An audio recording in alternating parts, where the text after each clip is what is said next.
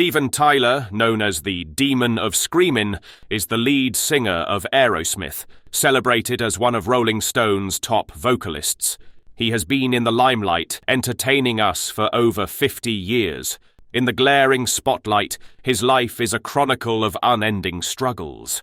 At 75, consequences weigh heavy to tell a tale full of pain. On March 26, 1948, Stephen Victor Tallarico entered the world at the Stuyvesant Polyclinic in Manhattan, New York. Born to Susan Ray and Victor A. Tallarico, his mother was a secretary and his father a skilled classical musician and pianist imparted musical wisdom at Cardinal Spellman High School in the Bronx. His musical journey ignited under the influence of his father's melodic muse. At 3, his family transitioned to the Bronx, before eventually settling at 100 Pembroke Drive in northeast Yonkers. The singer's journey was fraught with challenges from the beginning. Although he attended Roosevelt High School on Tuckahoe Road in Yonkers, New York, he faced expulsion just before graduation due to marijuana use. Undeterred, he later graduated from the Quintano School for Young Professionals. The rock legend had a great songwriting talent from the beginning, and he penned what would eventually become one of the band's iconic anthems, Dream On, even before the formation of Aerosmith. In 1969, Tyler's musical destiny began at a local rock show in Sunapee, New Hampshire, where he encountered future bandmates Joe Perry and Tom Hamilton. Around 1970, the trio of Tyler, Perry, and Hamilton resolved to create a band. Leveraging his experience as a drummer in previous school bands, Tyler asserted his role as the frontman and lead singer. Joey Kramer, an old friend from New York, joined in as the drummer, while Tyler enlisted his childhood companion, Ray Tabano, to handle rhythm guitar duties. The band eventually secured a record deal with Columbia Records through relentless effort and numerous performances. Their self-titled debut album, released in 1973, marked the beginning of their journey. This momentum continued with their second album, Get Your Wings. However, the breakthrough success of their first top 40 hit, Sweet Emotion, in 1975 catapulted them into the spotlight and firmly established their fame. The relentless cycle of touring, recording, communal living, and substance abuse began to exact a tragic toll on the band. Tyler and Perry, dubbed the Toxic Twins for their notorious consumption of stimulants and smack, found themselves entangled in the destructive clutches of their chosen lifestyle. Tyler believed, when you're high and you create something out of thin air and the whole world is singing your fucking song that you wrote stoned, it's hard to think that getting high wasn't the reason that all happened. He has invested approximately $20 million in pharmaceuticals over the course of his life. The rock legend mentioned in his autobiography, "I blew 20 million. I snorted my Porsche. I snorted my plane. I snorted my house in that din of drugs and booze and being lost." The band's enchantment endured for a decade before gradually waning, and so were the personal troubles of Tyler.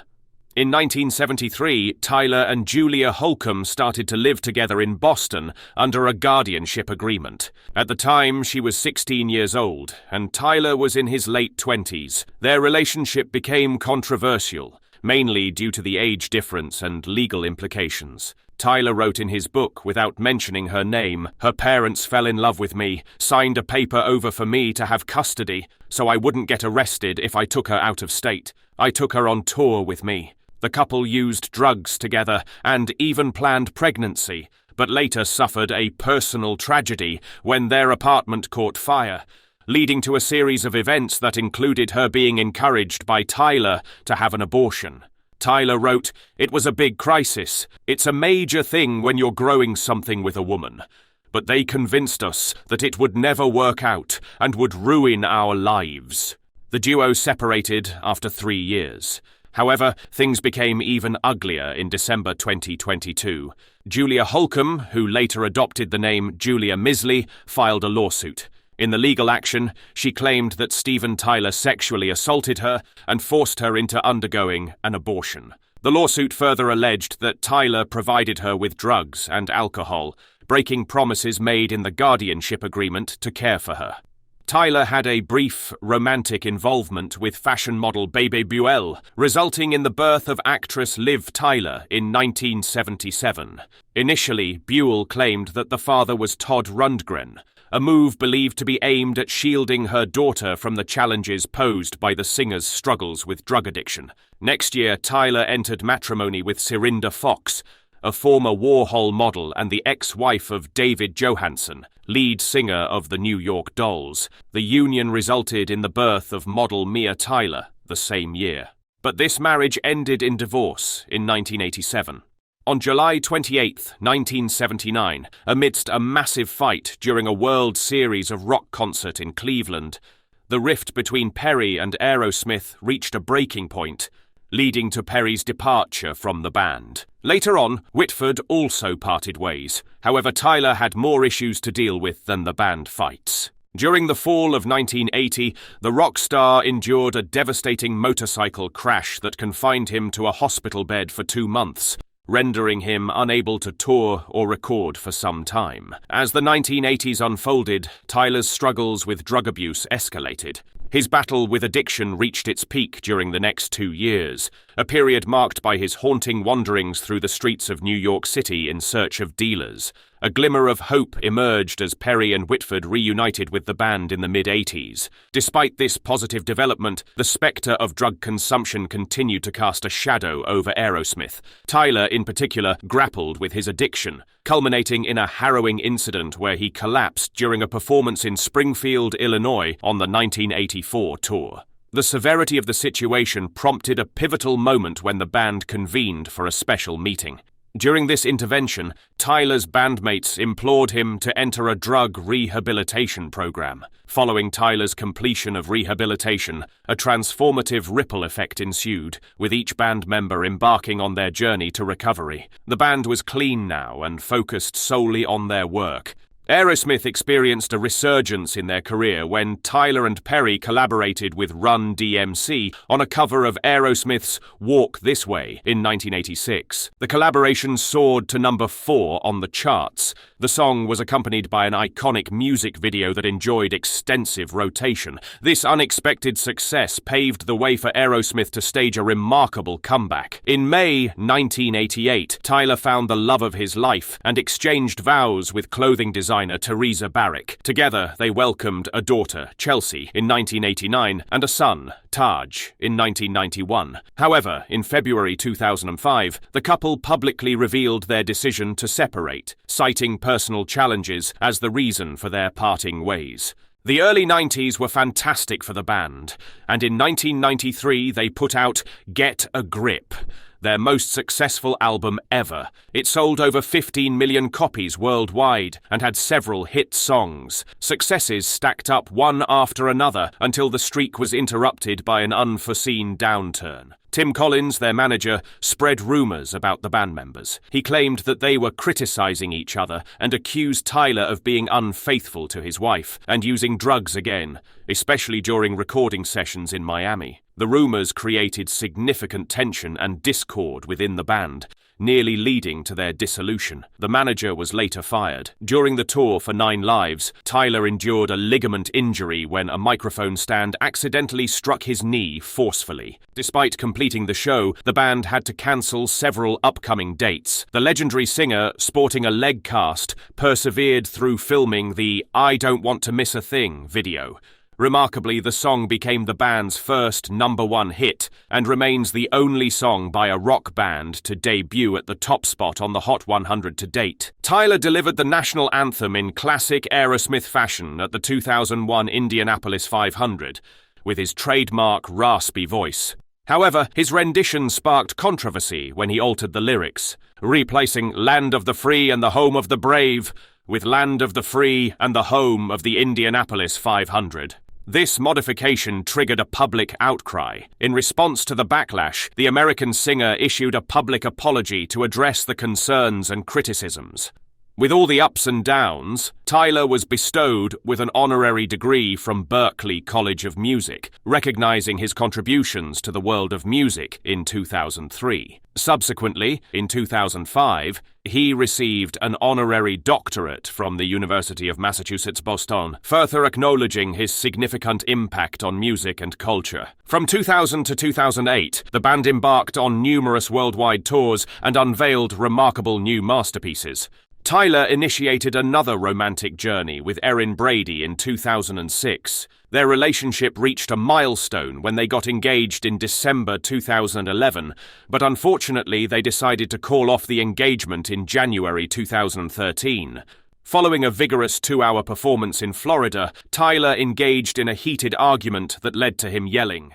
The following day, he discovered he had a hoarse voice, diagnosed as a ruptured blood vessel in his throat. Fortunately, the issue was resolved through a successful laser procedure. After a few months, the rock musician returned to the stage in July 2007, marking his first public performance after the surgery. Sadly, in an interview in September 2006, Tyler opened up about his battle with hepatitis C, a struggle that had persisted for the past 11 years. Having been diagnosed with the disease in 2003, he endured rigorous treatment from 2003 to 2006, including 11 months of interferon therapy, a process he described as agony. A dedicated motorcycle enthusiast, Steven Tyler has long been passionate about riding. Beyond his interest, Tyler actively engages in motorcycle charitable efforts, participating in various auctions, such as the Ride for Children charity. Tyler unveiled the creation of Dirico motorcycles, a brand featuring designs he personally crafted, in September 2007.